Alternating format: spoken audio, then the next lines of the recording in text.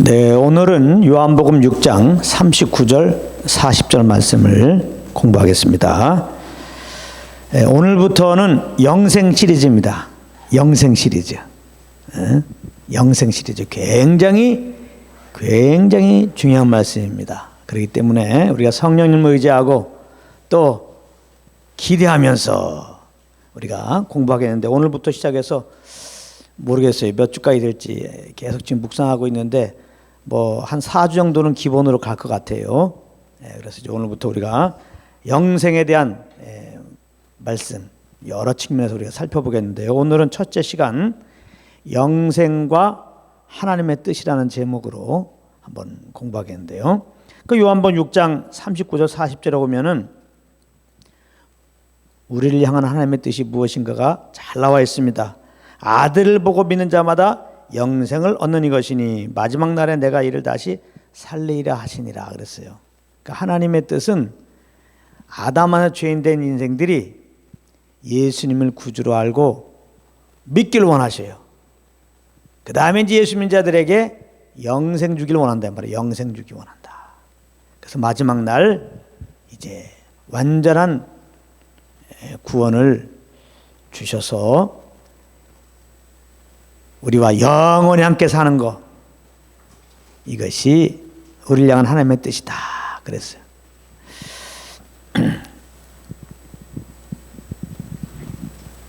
그러니까 사실 이 말 속에서 우리가 알아야 되는 건 뭐예요?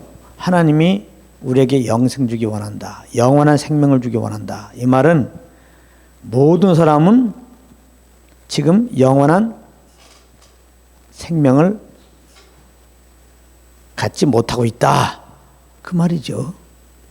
성경은 모든 사람은 아담 안에서 죄인이다 그렇게 말합니다. 그리고 에베소 2장에 보게 되면 2장 1절에 보면은 죄와 허물로 죽은 상태다 그렇게 말합니다.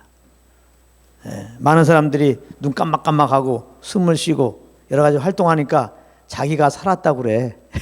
근데 성경은 죽었다고 표현하는 거예요. 아담 안에서 이제 그 허리에서 태어난 모든 인생들은 죽었다. 왜 그러느냐? 하나님의 생명에서 지금 떠나 있거든. 하나님의 생명에 떠나 있는 것은 그게 결국은 죽은 상태에 있는 거예요. 마치 여기 이제 꺾꽂이가 있는데 겉으로 보면 산 것 같죠. 그러나 사실은 본 나무 가지에서 이제 본 나무에서 이렇게 가지가 꺾여가지고 꽃병에 있는 그 가지로 말미암아 이렇게 뭐 꽃이 피고 해도 그거는 산 것이라고 표현하잖아요. 사실은 엄밀하게 말하면 지금 나무 그 생명에서 떠난 거기 때문에 죽은 거예요. 그 가지는, 꺾꽂이 된 가지는 죽은 것이다. 응? 그 나무에서 지금 이제 떨어져 나왔잖아요. 응? 그 생명에서 지금 떨어져 나왔잖아요. 우리 인생도 마찬가지예요. 인생은 생명의 근원 대신 하나님부터 지원받았기 때문에 하나님의 생명인 하나님의 말씀 안에 거해야 되는데 하나님의 말씀을 아담이 거부했잖아요. 하나님의 말씀이 생명이거든요. 그러니까 하나님의 말씀을 거부한 인생들, 그 아담의 죄성을 따라 태어난 인생들은 공히 하나님의 말씀을 거부하거든요. 그렇기 때문에 모든 인생들은 지금 아담 안에서 죄인이에요. 하나님의 생명을 떠나 있다는 거예요. 그러니까 지금 하나님을 떠난 인생들이 살아있는 것 같아도 사실은 지금 죽은 상태라는 거. 이렇게 하나님을 떠나 있는 사람들의 그 궁극은 어디냐? 하나님의 심판을 받고 영원한 불구덩이로 떨어진다는 거예요. 영원한 불구덩이에. 그게 인생들의 결국이에요. 한마디로 모든 인생들은 그러므로 지금 저주 아래 있는 거예요. 저주 아래. 그런데 성경은 하나님이 세상을 사랑하신다는 거예요. 이 세상이라고 하는 것은 이렇게 하나님을 떠나 있는 세상, 하나님 말씀에 불순종하고 있는 세상, 이 세상을 사랑한다는 겁니다. 왜 이런 세상을 사랑하지? 하나님이 사랑이기 때문에. 하나님의 그 속성이, 하나님의 성품이 그냥 사랑이야. 이유가 없어. 에? 하나님은 사랑해. 그냥 사랑해. 그 사랑이신 하나님이 우리를 이렇게 만드셨는데, 그 만드신 이유가 뭐예요? 우리를 너무나 사랑하셔서 우리를 만드신 이유가 사랑해서 만드신 거예요. 또 우리를 만들어서 뭐 하시려고? 사랑하시려고. 사랑해서 우리를 만드셨고 사랑을 주려고 그러는데 그 사랑을 거부했어. 그래서 지금 죄 가운데 거해. 원수를 행해. 그래도 하나님은 변함없이 사랑해요. 예.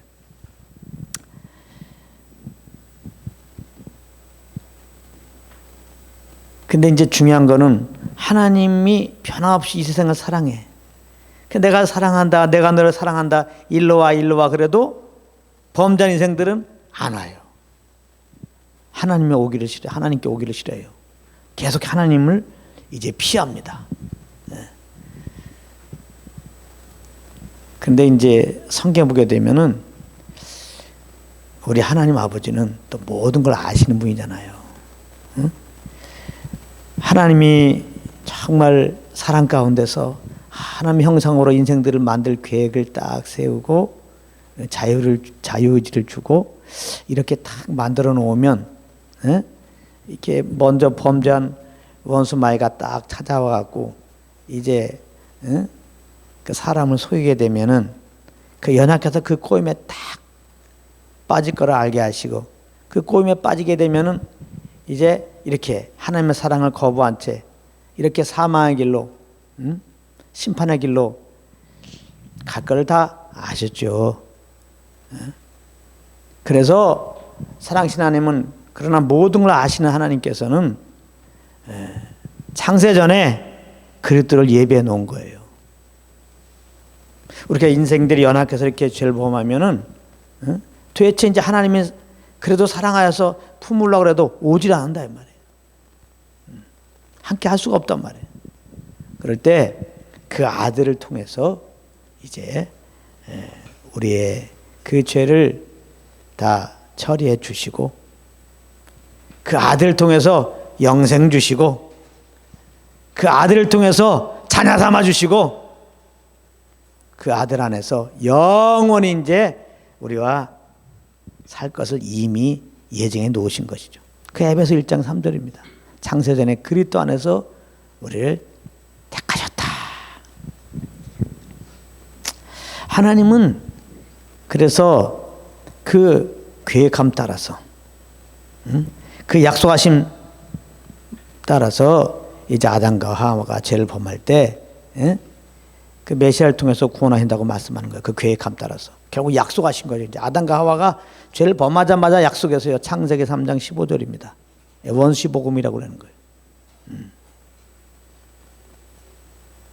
남자를 알지 못하는 여인의 후손이 이제 뱀의 머리를 상하게 할 것이다.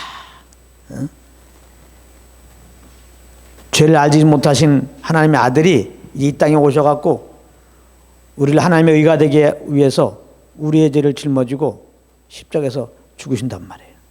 그리고 사망 것을 깨뜨리고 부활하심으로 이제 아담의 죄인된 자들이 그 아들을 보고 회개하고 예수님을 주로 믿을 때 구원받는 영생을 얻는 이제 그 길을 약속하신 거예요. 이렇게 아담과 하와가 죄를 범하자마자 갑자기 머리를 써갖고 그 아들 통하여 구원할 것을 말씀하는 게 아니라 먼저 창세전에 이미 다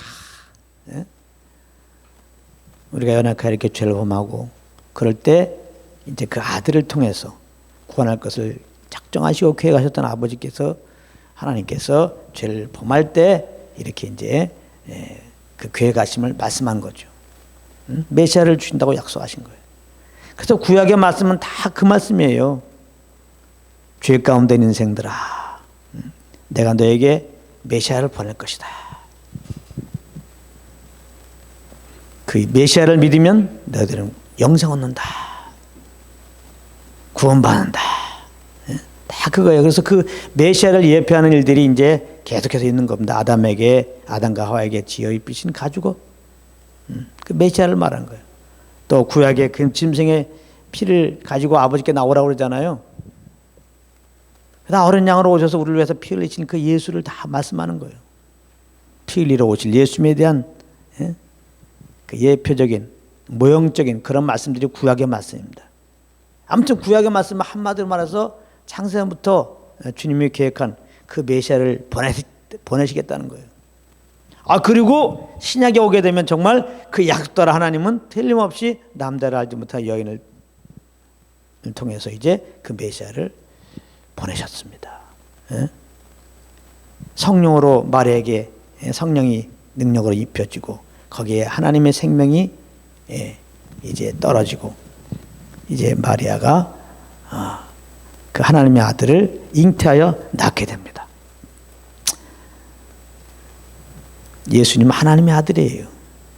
하나님의 생명으로 이제 이 땅에 육신의 몸을 입고 오신 하나님의 아들입니다. 그분은 율법 아래 나시고 온전히 율법을 이루신 분이에요. 어떻게? 온전히 성령에 이끌리심 받은 거예요. 온전히 성령에 이끌리셨어요. 육신을 입었기 때문에 우리와 같이 시험은 받았지만 죄는 없으시니라. 온전히 율법을 이루신 의로우신 그 예수님은 약속 따라 오셔서 이제 하나님의 그 약속 따라 그 아들을 우리의 죄를 짊어지게 하시고 십자가를 십자가에 달리게 하신 거죠. 그리고 이제 우리의 죄 사함을 위해서 대신 십자가에서 피 흘리게 한 것입니다. 피 흘림이 없은즉 사함이 없나이다. 예수님이 흘리신 피는 우리의 죄의 그 값을 다 치룬 거예요. 예수의 피는 하나님의 공의를 만족해 한 거죠. 그래서 이제 죄인된 우리가 하나님께 가지도 않을 뿐만 아니라 하나님 앞에 마주쓰면 그 심판밖에 없는 거예요. 근데 우리가 우리의 죄 사함을 위해서 피 흘리신 그 예수의 피를 힘입고 그 피를 흘리신 예수를 믿고 아버지께 나가면 얼마든지 우리 죄를 사해 주시고 죄 없다 하시고 우리를 받으시면서 영생을 주신단 말이에요. 영생을, 하나님의 생명을.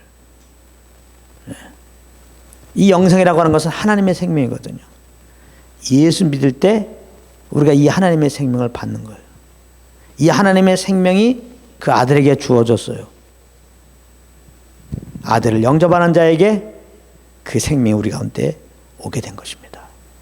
그래서 이제는 예수 믿을 때 이 생명 안에서 하나님과 예수님과 우리가 온전히 연합된 거예요.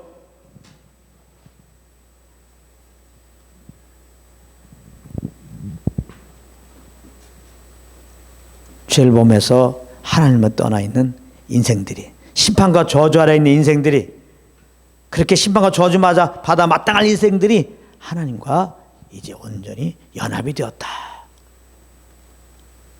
이 영생을 얻은 자들은 이제 하나님을 아버지로 모시게 된 거예요. 하나님을 아버지로. 우리는 그분의 자녀로서의 그러한 온전한 관계가 형성된 거예요. 그러니까 이거 얼마나 감사한 일이에요. 하나님의 은혜로 우리가 예수 믿었다면 죄 사함 받은 것이고, 예수 믿었다면 영생 얻은 것이고, 하나님이 우리 아버지가 된 것이고, 내가 그분이 자녀가 된 거니까 얼마나 감사해요. 할렐루야. 예. 그러니까 우리 죄범한 인생들이 영생 얻는 길은 다른 길이 없어요. 예수 믿는 것밖에 없어요. 율법을 잘 지켜서 영생 얻는 게 아니에요. 우리는 연약해서 다 지킬 수가 없어요. 절대 율법 지켜서 영생 얻을 수 없어요. 선행을 한다고 영생 얻는 게 아니에요. 선행이라고 하는 것은 우리의 의로 하는 거잖아요. 우리의 의는 더러운 옷이라고 이미 주님이 말씀하셨어요. 받지 않으십니다. 뭐 종교적인 행위로 우리 영생 얻는 게 아니에요. 우리의 이 죄는 그 어떤 것으로도 씻을 수가 없어요. 죄악사는 사망뿐입니다. 우리 이 죄를 씻는 것은 오직 예수의 피밖에 없어요. 우리가 이 죄에서 구속받는 길은 예수의 피밖에 없어요. 아니 다른 길로 우리가 죄사함 받을 수 있는 길이 있다면은 하나님이 그 사랑 아들을 뭐하러 보냈겠어요? 다른 길로 우리가 구원받을 수 있다면 뭐하러 십자가에서 그 고통스러운 십자가형을 당하게 하셨겠습니까? 그거밖에 없는 거예요. 그 아들을 인간의 몸을 입고 오게 하셔서 마지막 아담이 되게 하신 거죠. 첫사람 아담은 죄를 범했지만 마지막 아담으로 오신 예수님은 죄를 범잖아요. 거룩한 분이에요.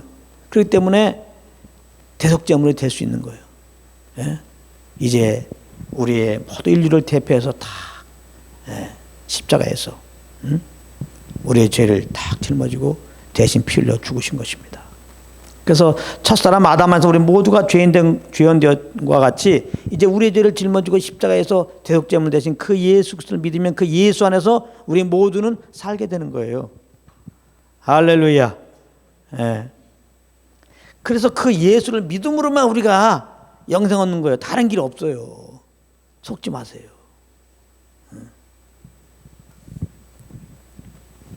예수님이 이 땅에 오셔서 친히 하신 말씀 중에 우리의 영혼의 귓전을 항상 맴도는 말씀이 있습니다. 내가 곧 길이요 진리요 생명이니. 할렐루야. 내가 예수님만이 길이요 진리요 생명이란 말이야. 그러니까 다른 어떤 사람이 길이요 진리요 생명이 될 수 없어. 예수님만이 길이요 진리요 생명입니다.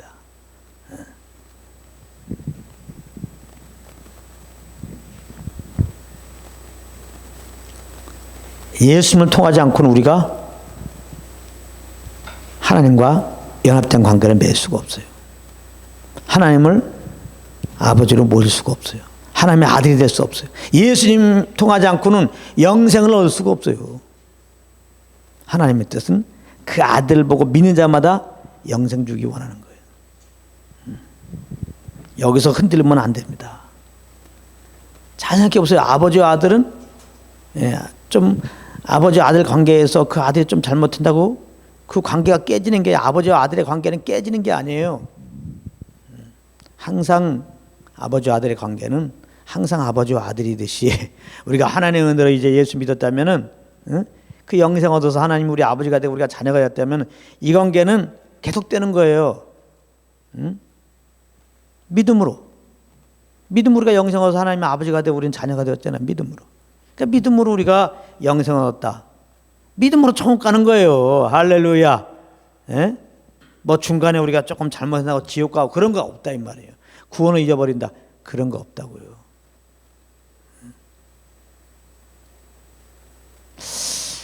이게 유튜브를 제가 요즘에 취급하니까 이렇게 보면 제목이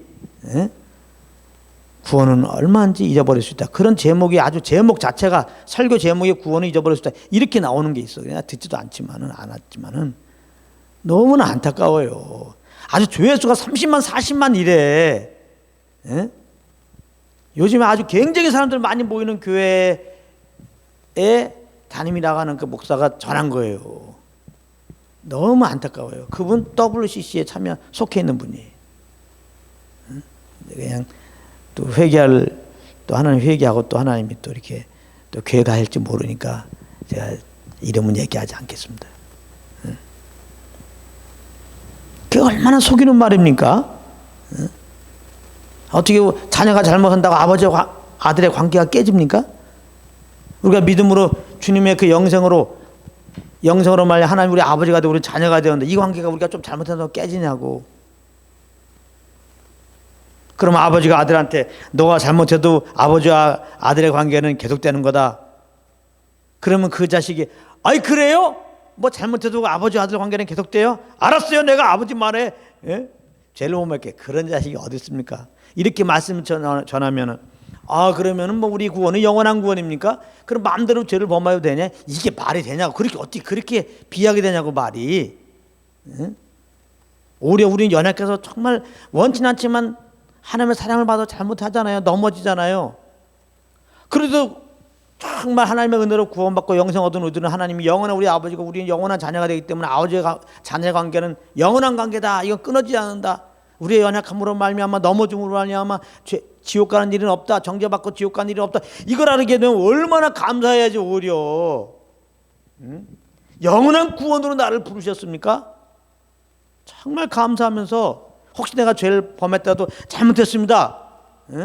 정죄 가운데 회개하는 게 아니라 잘못해도 내 자녀라고 부르시는 그 아버지, 이미 죄인 됐을 때 그 아들까지 보내서 피 흘리게 하시고 우리를 구원하신 그 아버지께서 자녀 삼아줬는데 연약하게 넘어져도 얼마든지 이렇게 자녀로서 하나님은 아버지로서 우리에게 다가온다는 사실을 알 때 잘못한 거 자백하고 아버지 울면서 나갈 거 아니에요. 감사하면서 정죄 가운데 우는 게 아니라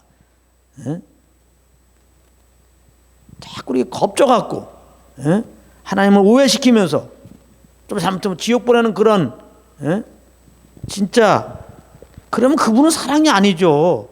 언제는 그 아들을 내어주 죄 덩어리일 때 그 아들을 내어주고 우리를 구원해서 사랑해 주십니다. 그래놓고 이제 자녀 삼아놓으신 다음에 어쨌건 자녀가 되었잖아. 자녀인데 좀 잘못하고 지옥 보내면 그게 무슨 아버지야, 그게 무슨 사랑의 아버지냐고. 잘 생각해봐. 그러면 막 사는 게 아니라 잘못하면은 자녀가 잘못하면 징계한다 그러죠. 히브리서 12장에. 그 징계가 있는 거예요. 믿는 자들에게는 절대 저주가 없어요. 다시 정죄하시고 지옥 보낸 일이 없어요. 그래서 그리스도 예수 아는 자에게는 결코 정죄함이 없나니 그러잖아요. 로마서 8장 1절에 1절 2절에. 그리스도 예수 아는 자는 결코 정죄함이 없어요. 너는 이제는 너 죄범했지. 이 죄로 말미암아 너는 형벌 받아야 돼. 지옥 가야 돼. 이럴 일이 없다는 거예요. 예수 믿는 자는 그 믿음으로 의롭다함을 얻은 거예요. 이제 정죄의 반대가 의롭다함이라니까. 근본도 너는 너의 죄를 내가 기억지 않는다는 거예요. 그러면 넌 내 자녀라는 거예요. 할렐루야. 의롭다함이라는 얘기는 그러니까 너는 의로운 내 자녀라고 선언하는 거예요. 이렇게 하나님이 우리를 선언해 주셨는데 누가 우리를 정죄하고 송사해요? 그럴 수 없다는 겁니다. 할렐루야. 감사하셔야죠. 그래서 감사함으로 아버지를 이제 쫓아 살면 되죠. 그래서 로마서 8장 1절 2절에 그리스도 예수 하는 게 결코 정죄함이 없다 그러면서 사실은 그 다음에 우리나라는 번역이 빠졌어요. 우리나라 성경에는 육을 쫓지 않고 영을 쫓아 행하는 우리에게 그게 빠졌단 말이에요.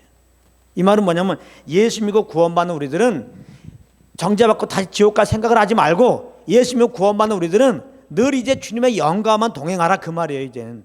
그러니까 잘못했으면 회개한 다음에 내 의로 살았으니까 잘못한 거 아니에요. 내 육체의 정욕을 따라 잘못한 거 아니에요. 이제는 계속해서 나를 진리를 인도하시는 성령을 쫓아 그냥 살라 이 말입니다. 할렐루야. 그러니까 잘못하면은 성령 의지하고 잘못했습니다. 그래요. 그럼 다 이미 용서하고 기다리신 아버지니까 또 자백했으면 다 용서한 걸 믿고 또 믿음으로 이제 나를 이렇게 진리로 인도하시니까 성령의 이끌림 따라 살면 그냥 되는 겁니다. 그래서 가늠한 여인을 하나님이 이제 나도 너를 정죄하지 않으니 선언한 다음에 다시 말하면 내가 너를 구원했다 얘기하면서 뭐라고 그래요? 다시는 죄를 범치 말라. 이 말은 지옥 가지 않기 위해서 죄를 범치 말라 이 말이 아니라 이제는 거룩한 자로서 하나님 앞에 의롭다움을 인정받은 자로서 그 의로운 길로 이제 우리가 의로운 자답게 살아야 되는데 거룩한 하나님의 자녀가 되어서 하나님의 자녀답게 살아야 되는데 그것은 거룩한 영을 쫓아서라. 그래서 요한복음 8장에 보게 되면 사마리아 여인에게 얘기한 다음에 다시는 죄를 범치 말라 한 다음에 그 다음 절에 뭐라고 돼 있어요? 내가 세상의 빛이다 이 말이에요. 나를 따르는 자는 넘어지지 않는다. 실족하지 않는다. 그러니까 나를 따라다 이 말이에요. 이제 예수님은 성령으로 믿는 자들에게 오셨단 말이에요. 성령을 쫓아가면 돼요. 육체 욕심을 이지 않아요. 그래서 자꾸 성령과 동행할 것을 말씀해야지 자꾸 잘못하면 여러분 지옥 갈 수 있어. 똑바로 살아. 이렇게 되면 똑바로 살려고 하는 사람이 누구예요? 나잖아 나. 내 의로 착하게 살려고 그러고 교회 빠지지 않으려고 그러고 그건 다 종교예요. 그 영생으로 사는 게 아니야. 그러니까 우리는 하나님의 은혜에 회개하고 예수 믿고 이제 하나님이 그토록 원하시는 영생을 얻었어요. 그러니까 그 말은 뭐예요? 하나님이 정말 그 영생을 주시고 하나님의 아들 삼기 원했던 거야. 그러니까 예수 믿고 구원받는 우리들에게 하나님은 얼마나 기뻐하세요. 기쁨을 이기지 못한다. 잠잠히 너를 사랑한다. 너무 사랑한다는 표현이에요. 잠잠히 너를 사랑한다. 기쁨을 이기지 못한다. 너무 기쁘다는 거예요. 부모가 그 자식 자기 자녀 난다 하면 너무 좋잖아요. 그거 생각하면 조금 이해가 되죠.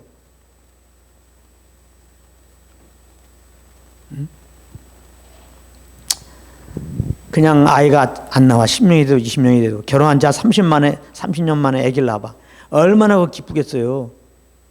하나님이 죄덩어리 우리를 구원하시려고 어떻게 구원해야 돼요? 죄에서 그 아들을 제물 삼아야 돼요. 십자가에서. 왜 그런 고통을 감수하면서 정말 십자가에 그 아들을 이렇게 심판하셨냔 말이에요. 우리 때문에 그런 거 아니에요. 우리를 사랑하여서, 우리를 자녀 삼기 위해서 영생 주시고. 그러니까 얼마나 이게 하나님이 우리를 사랑하시는 거예요. 그 아들을 내어주시고 우리를 자녀 삼아 주셨으니까.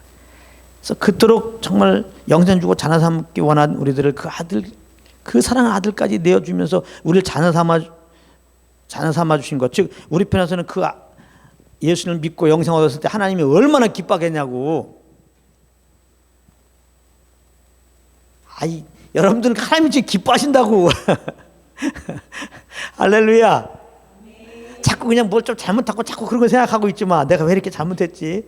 큰일 났네 이거. 하나님이 이거 벌 주시겠네. 자꾸 그런 생각하지 말고,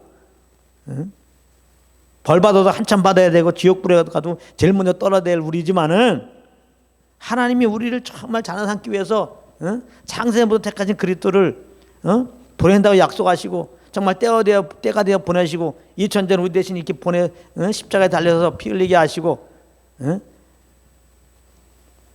이제는 성령으로 말미암아 우리 심령을 그렇게 문두들게 아니에요. 예수를 바라보라. 너희를 위해 죽고 부활한 예수를 바라보라. 그분만이 너희 죄사함과 영생을 주는 분이다. 예수 바라봐라. 예수 믿어라. 영생 줄게.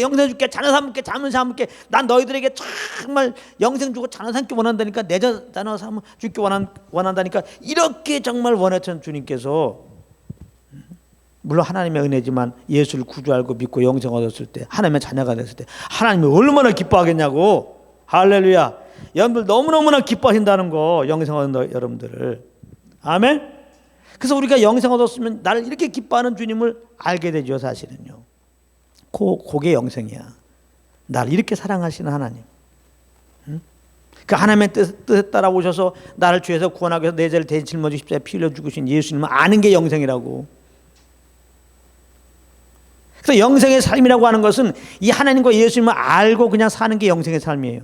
그러므로 영생의 삶이라는 것은 그리스도로 말미암아 항상 감사하고, 사랑의 하나님으로 말미암아 항상 기뻐하고, 늘 하나님 아버지와 교제하는 열매가 나와요. 그게 영생의 삶이야. 영생의 삶이 그래서 예배예요. 이거 굉장히 중요한 겁니다. 절대 예배는 어떤 경건의 모습이 예배가 아니에요. 성령, 하나님을 아는 것이고 아는 것을 행하는 게 예배예요. 근데 우리 안에 오신 성령님은 바로 이렇게 예수님의 사랑을, 하나님의 사랑을 알게 하시는 분이란 말이에요.